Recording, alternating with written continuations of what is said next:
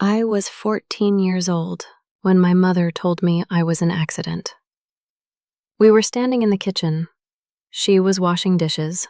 I was drying them. I don't remember what we were talking about before.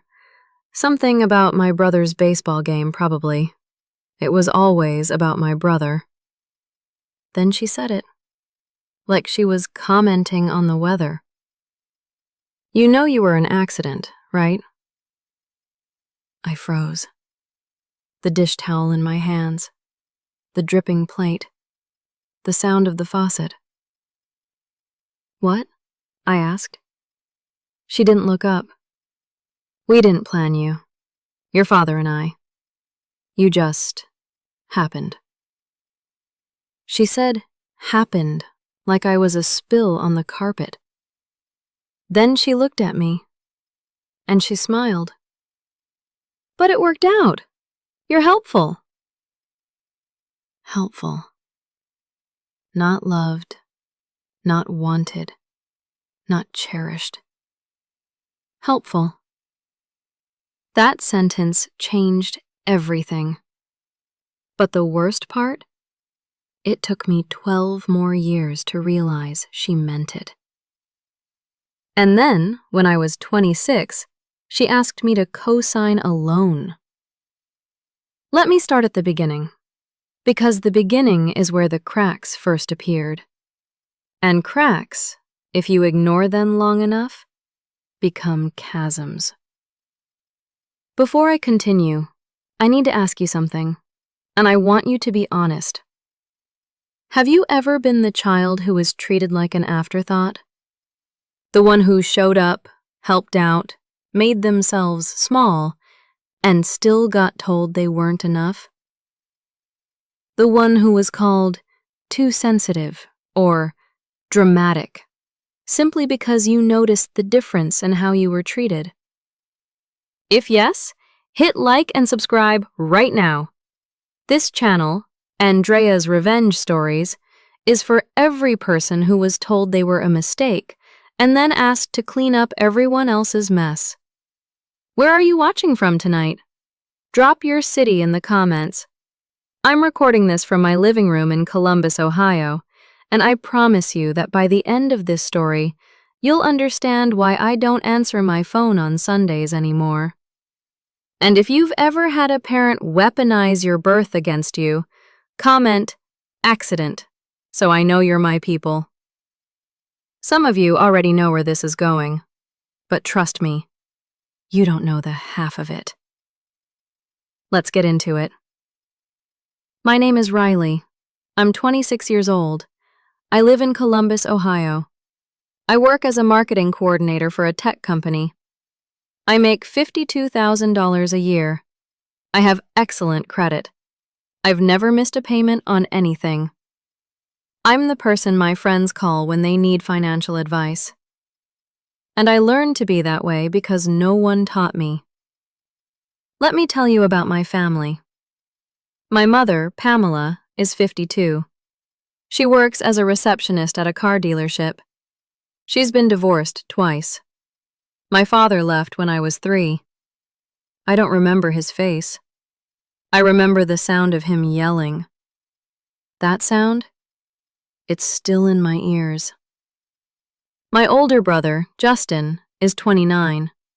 He's a sales associate at a furniture store. He's been fired from 3 jobs in the last 5 years. He has 2 kids with 2 different women. He pays child support on one of them. My mother co-signed his student loans. He defaulted. She's still paying them off. But me? I paid my own way. Let me give you an example of what growing up was like. When Justin turned 16, my mother bought him a car, a used Honda Civic, red. He crashed it within 6 months. She bought him another one. When I turned 16, she handed me a bus pass. She said, "You're responsible. You'll figure it out." Tell me in the comments, does this sound familiar? I didn't complain. I just walked to the bus stop every morning. Rain, snow, heat. I got a job at 16. Grocery store, minimum wage. I saved every penny. I bought my first car when I was 19, a 2008 Toyota Corolla. Silver. Boring. Reliable. I paid cash. I put myself through community college, then Ohio State. I worked 2 jobs the entire time. My mother never came to my graduation. She said she had to work. Justin's high school graduation? She threw a party, rented a hall, invited 50 people. But here's the thing. I didn't get angry. I got determined. I told myself that if I just kept working, kept saving, kept being responsible, eventually she would see me. Eventually, I would matter. That day never came. But there was one person who saw me. My Aunt Karen, my mother's older sister. Aunt Karen was everything my mother wasn't: kind, generous, present. She never had children of her own. She used to tell me I was the daughter she never had. She meant it. Aunt Karen was a nurse. She worked long hours, but she always had time for me. When I was struggling in math, she hired a tutor. My mother said it was a waste of money. When I needed a prom dress, Aunt Karen took me shopping. My mother said I could wear one of her old dresses. She was a size 12. I was a size 2. Aunt Karen helped me open my first bank account. She taught me about credit scores, interest rates, saving for retirement. She was the one who showed up. She died 2 years ago. Heart attack, sudden. I was the one who found her. She left me something. Not money. She didn't have much. She left me a letter. In it, she wrote, "You were never an accident, Riley. You were a gift. Your mother just couldn't see it." I still have that letter. It's in my safe, next to my birth certificate, next to the deed to my condo. I read it whenever I forget my own worth. But even Aunt Karen couldn't protect me from what came next. I was 25 when my mother first asked me for money. She called on a Tuesday night. I was making dinner. Caleb was at the table grading papers. "Riley," she said, "I need a favor." I put down the spatula. "What kind of favor?" "I need to borrow $2,000 for a medical bill." I knew it wasn't for a medical bill, but I said yes anyway, because that's what the good daughter does. The good daughter gives. I Venmo'd her the money. I never saw it again. When I asked about it 3 months later, she said, "I thought it was a gift." A gift. She had never given me a birthday present in 10 years, but I was supposed to give her money. Then she asked again, this time for $5,000. "For Justin," she said. "He's behind on rent. The kids need a place to live." I said no. She screamed at me. "You're so selfish. You have money. You don't have children. You don't have real responsibilities." I didn't respond. I just hung up. That was the first time I hung up on her. But it wasn't the last. 6 months later, she called again. "Riley," she said, "I need you to co-sign a loan." I stopped breathing. "What?" I asked. "A car loan, $40,000. My credit isn't good enough, but yours is." I remembered what Aunt Karen had taught me. Never co-sign a loan you aren't willing to pay yourself. I wasn't willing to pay $40,000 for my mother's car. "No," I said. "What do you mean, no?" "I mean, no, I'm not co-signing. You're my daughter. And you're my mother. You told me I was an accident. That was years ago. Get over it." Get over it.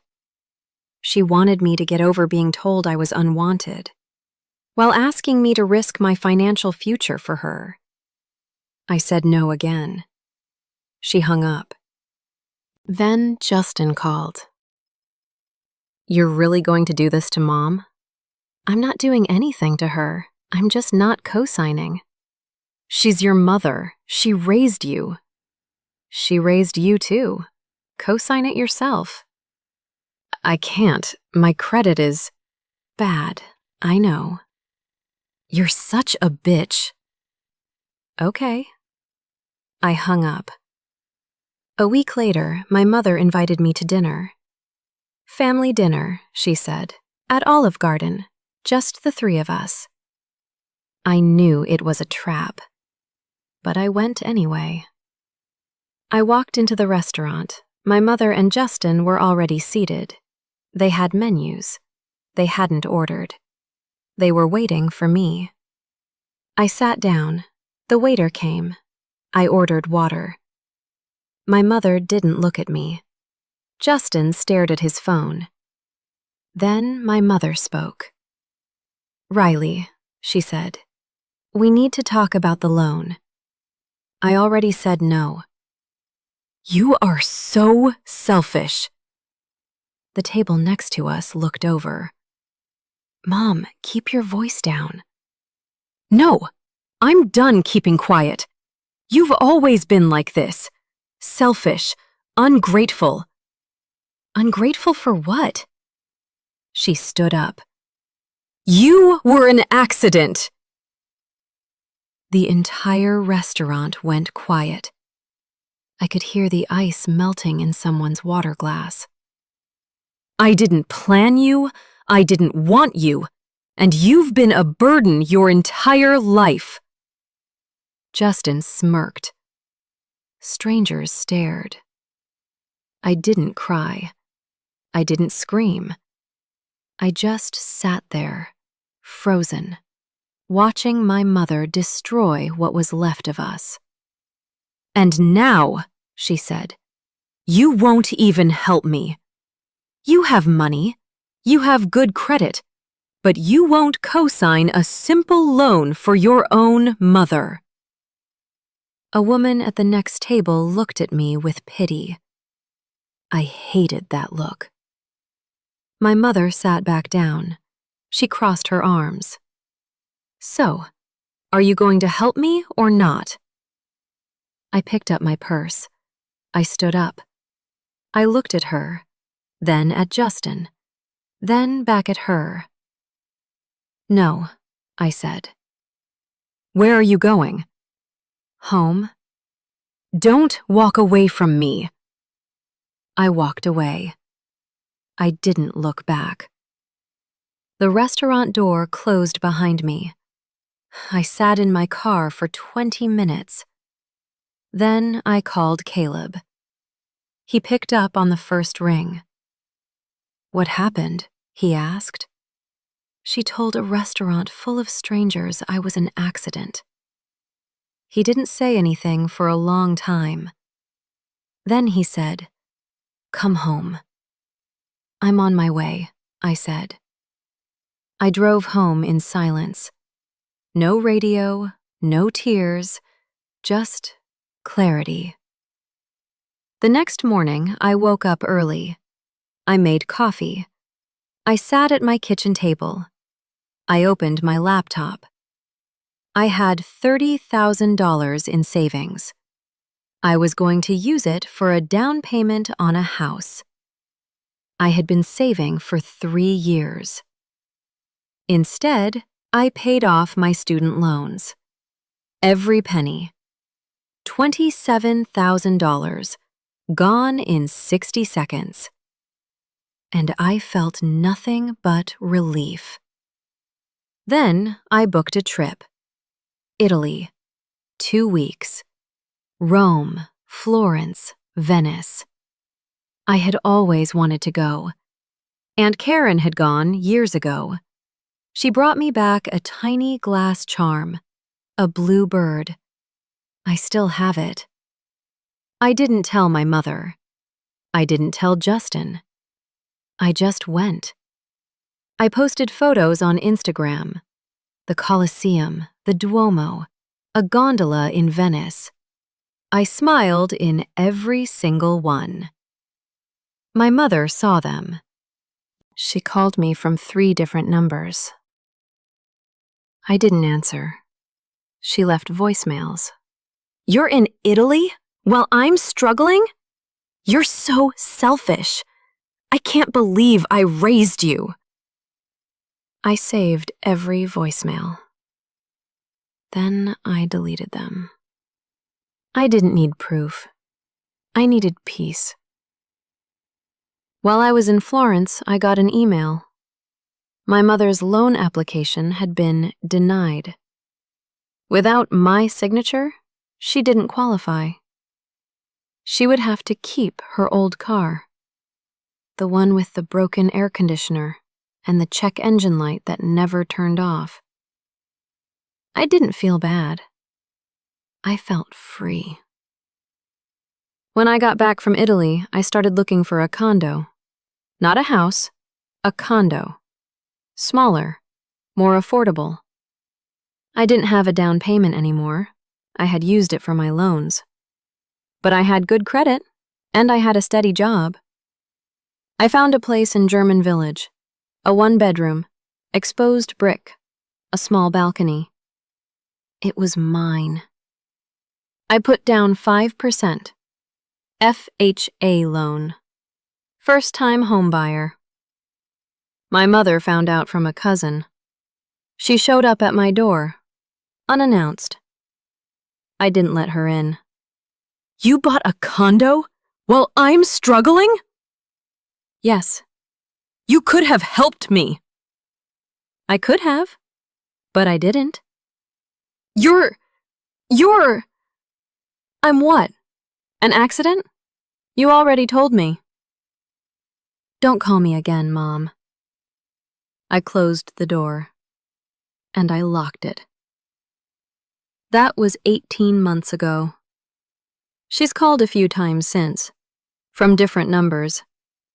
I don't answer. Justin texted me last month. "Mom's sick." I called Aunt Karen. "Is Mom sick?" I asked.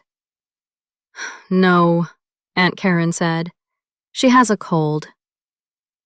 A cold. They lied to get me to respond. I blocked Justin's number too. My mother still works at the car dealership. She drives the same broken car. Justin got fired from the furniture store. He works at a warehouse now. Night shift. His ex-wife won't let him see the kids unsupervised. My mother co-signed a lease for his apartment. He's late on rent again. Meanwhile, I got a promotion. Senior marketing coordinator. $68,000 a year. I'm saving for a house again. This time, with a garden. Caleb and I are still together. He's still kind, still steady, still the best thing in my life. He's never called me an accident. My credit score is 782. My mother's is 490. She tried to get a credit card last month. Denied. Here's the truth no one tells you about being the unwanted child. You spend your whole life trying to earn love from people who will never give it.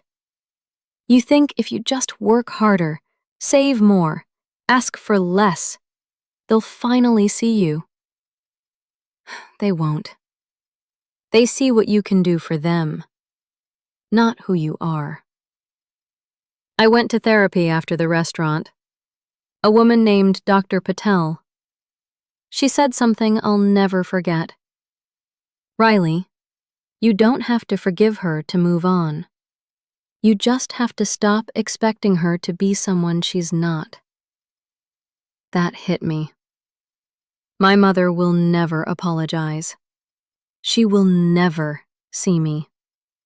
She will never love me the way I needed.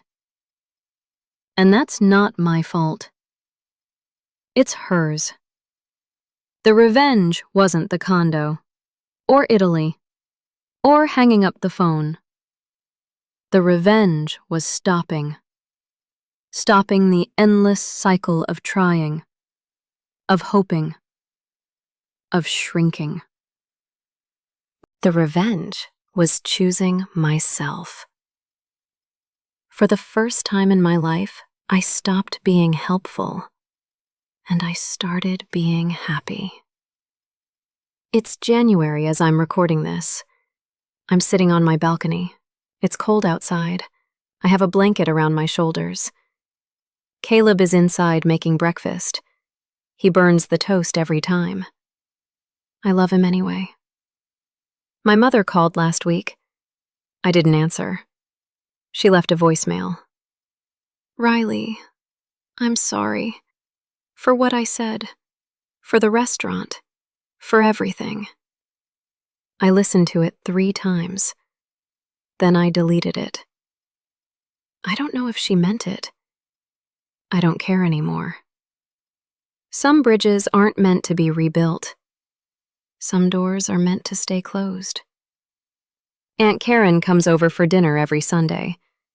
She teaches me how to make Grandma Rose's recipes. Last week, we made lasagna. It tasted like childhood, but the good parts. I'm saving for a house again. This time, I'm not telling anyone. Except Caleb. And you. People ask me all the time, do you regret it? Regret what? Not co-signing the loan? Walking out of the restaurant? Blocking their numbers? No, to all of it. Every choice, even the painful ones, led me here. To this balcony. To this blanket. To this version of myself that doesn't flinch when someone calls me selfish. I'm not selfish. I'm self-protected. There's a difference. My mother wanted me to be helpful. I wanted to be loved. She couldn't give me that. So I stopped asking. The day I stopped asking was the day I became free. If you're listening to this and you were the unwanted child, the one who was told they were a mistake, an accident, a burden, I see you. You don't have to earn love from people who were supposed to give it freely. You don't have to prove your worth to people who can't recognize it. You can walk away. It hurts at first, but then it doesn't. And on the other side, there's peace. You were not an accident. You were not a burden. You were a gift. And it's time you started believing it. So tell me, would you have co-signed the loan? Would you have walked out of the restaurant? Would you have blocked their numbers? Comment Team Condo if you think buying the condo was the right move. Comment Team Forgiveness if you think I should have given her another chance. I read every single one, and I'll pin the best response. If this story hit you somewhere deep, share it with someone who needs to hear it, like this video. Subscribe to Andrea's Revenge Stories. Until then, stay steady, stay kind, stay unshakable. And never let anyone make you feel small for being born. They called me an accident. So I stopped trying to prove them wrong and started proving myself right.